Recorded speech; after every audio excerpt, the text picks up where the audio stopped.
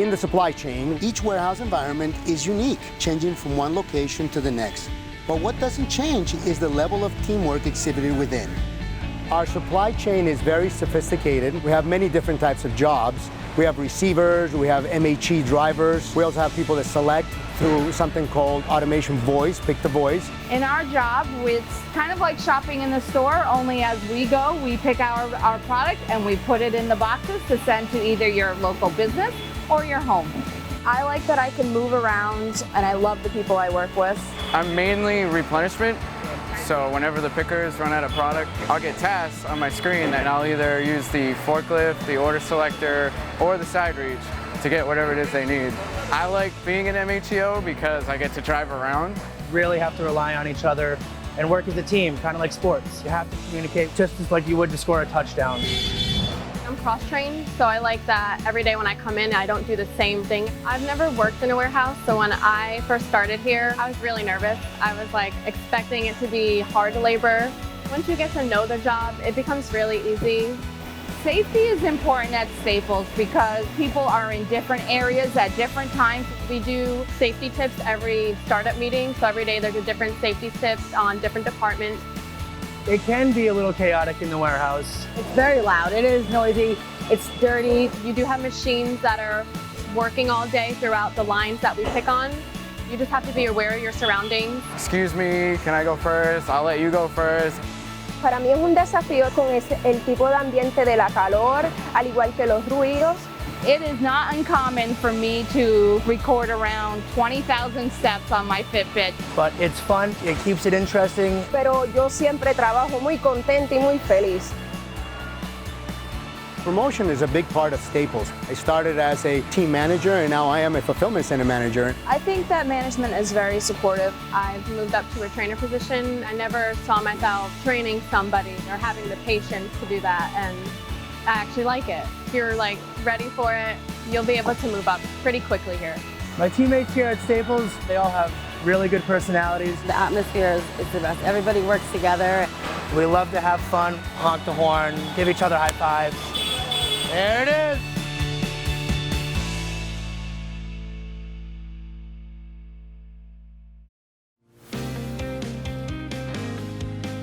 If I had to summarize in one word my coming out experience, it would be relief.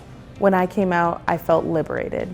It's offered me the opportunity to be myself, to live openly, to live freely. Coming out's really given me the ability to be truthful.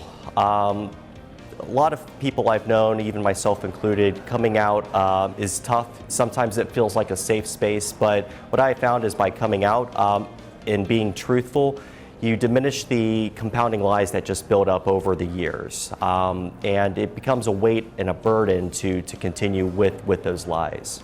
If someone is coming out to you, my advice is, if they haven't told you yet, don't make them come out to you. Be supportive and be patient, be respectful. First, listen.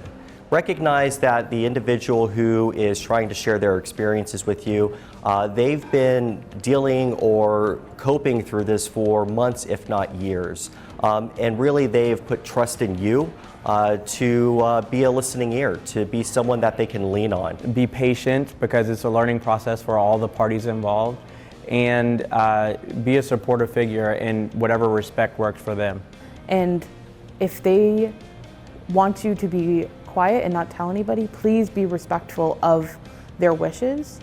Understand that everyone needs to come out at their own time to certain people. I feel valued for being myself at Staples because everybody here at Staples wants to see people bring their true, authentic selves to work.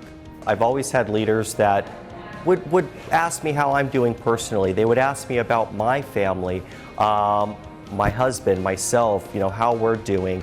And it's always allowed me to feel included. Being gay is not my only trait as a human being, and Staples understands that. That's not my only personality trait, and I love that Staples doesn't only put me in that box.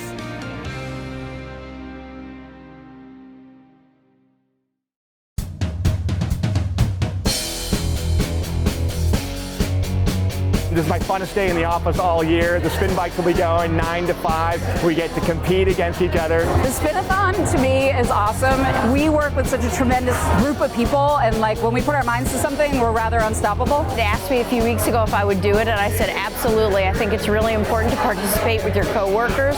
This Spin-a-thon is fantastic. They make it fun. Everyone's really competitive, maybe a little type A, and our good competitive side comes out, and the team spirit. I think it builds camaraderie, and it helps us think about what we can do besides just going to work every day and how it affects the communities that we all live in. And it takes the company and it kind of raises people to believe that it's not just about business, but it's also about doing good.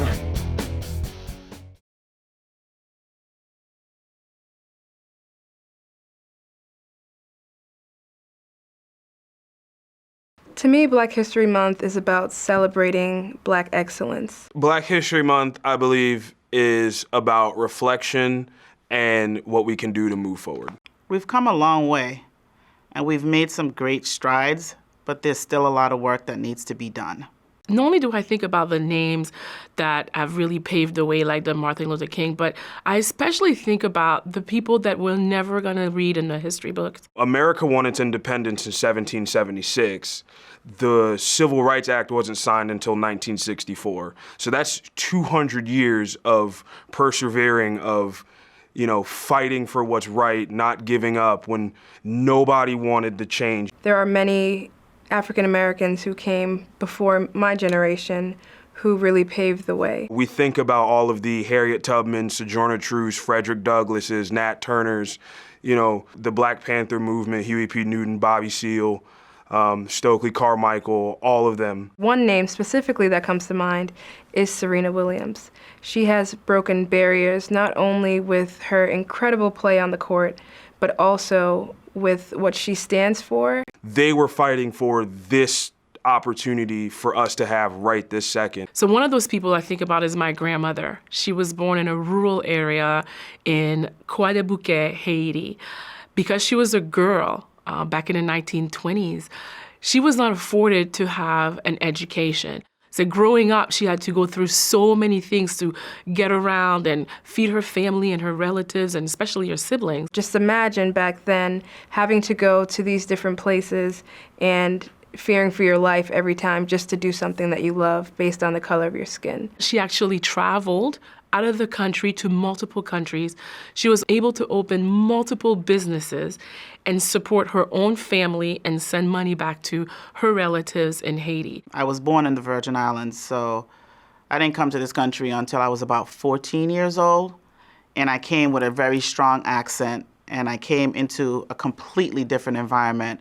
So things were hard for me in high school. It had a lot to do with my race. It had a lot to do with how I spoke. My grandmother, my dad's mom, was actually a sharecropper. She only had a 3rd grade level education because she wasn't able to go to school anymore. So she had to work in order to provide for her family, her parents. She's never going to have a plaque anywhere, but yet still rose up to the occasion of being mistreated as a woman, rose up to the occasion of when she came over, had to fight the racism and the prejudice. It's just important to me that people give me a chance, give my children a chance before we are prejudged. It's important to me that everyone is fair and the struggle doesn't have to be so much of a struggle. I think about that line, yet she rise. And because of that, I want to rise. Not just for myself, but I have a daughter. I want to rise for the occasion for her. For my niece and my nephews, they're toddlers, and I want to rise for the occasion for them.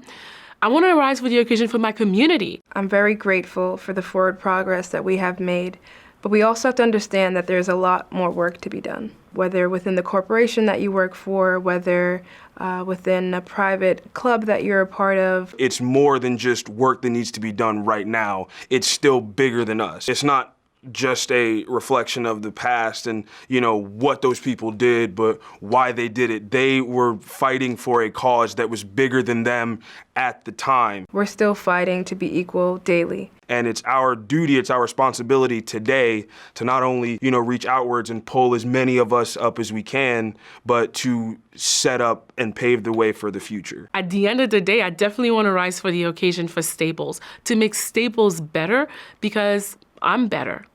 So that's what I think about when I think about Black History Month.